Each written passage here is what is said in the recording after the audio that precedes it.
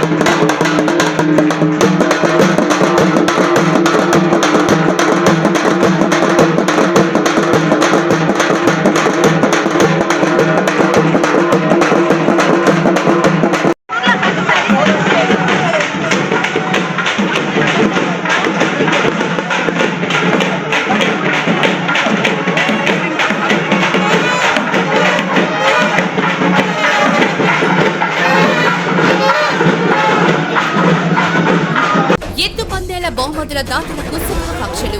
నెల్లూరు జిల్లా కావలి మండలం గౌరవరం గ్రామంలో వెలసి ఉన్న శ్రీ శ్రీ శ్రీ పోలేరమ్మ తల్లి తిరునాళ్ల మహోత్సవంలో భాగంగా 13వ తేదీ ఆదివారం అమ్మవారికి అభిషేకాలతో ప్రారంభమయ్యి 15వ తేదీ మంగళవారం గ్రామ పొంగళ్లు మధ్యాహ్నం 3 గంటల నుంచి 2 తెలుగు రాష్ట్రాల స్థాయిలో ఎద్దుల బండలాగుడు పందెములు జరుగును. ఈ పందాలలో విజేతలకిచ్చే బహుమతులను గౌరవరం వాసి అయిన అన్నెం వెంకట్రామిరెడ్డి వారి కుమారుడు సుధాకర్ రెడ్డి గారు వ్యవహరిస్తున్న సందర్భంగా వారి కుటుంబ సభ్యులకు అమ్మవారి ఆశీస్సులు నిండుగా ఉండాలని కోరుకుంటున్నాము. ఇట్లు శ్రీ శ్రీ శ్రీ పోలేరమ్మ తల్లి భక్తులు గౌరవరం.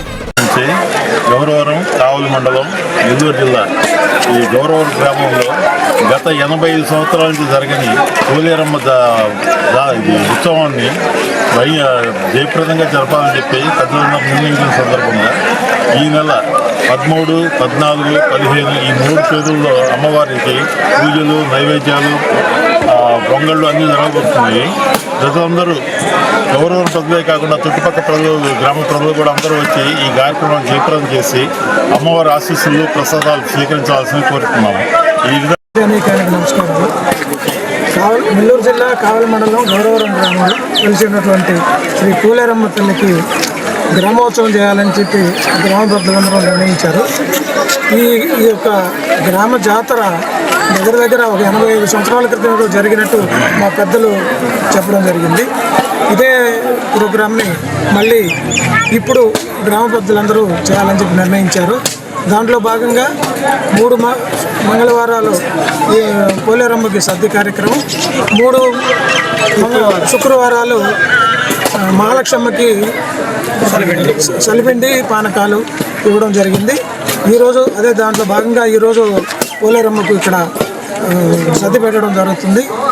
అదేవిధంగా గ్రామ పెద్దలందరి సహకారంతో 13, 14, 15వ తారీఖున గ్రామ జాతరలు ఇవి చేయాలని చెప్పి అందరూ నిర్ణయించడం జరిగింది.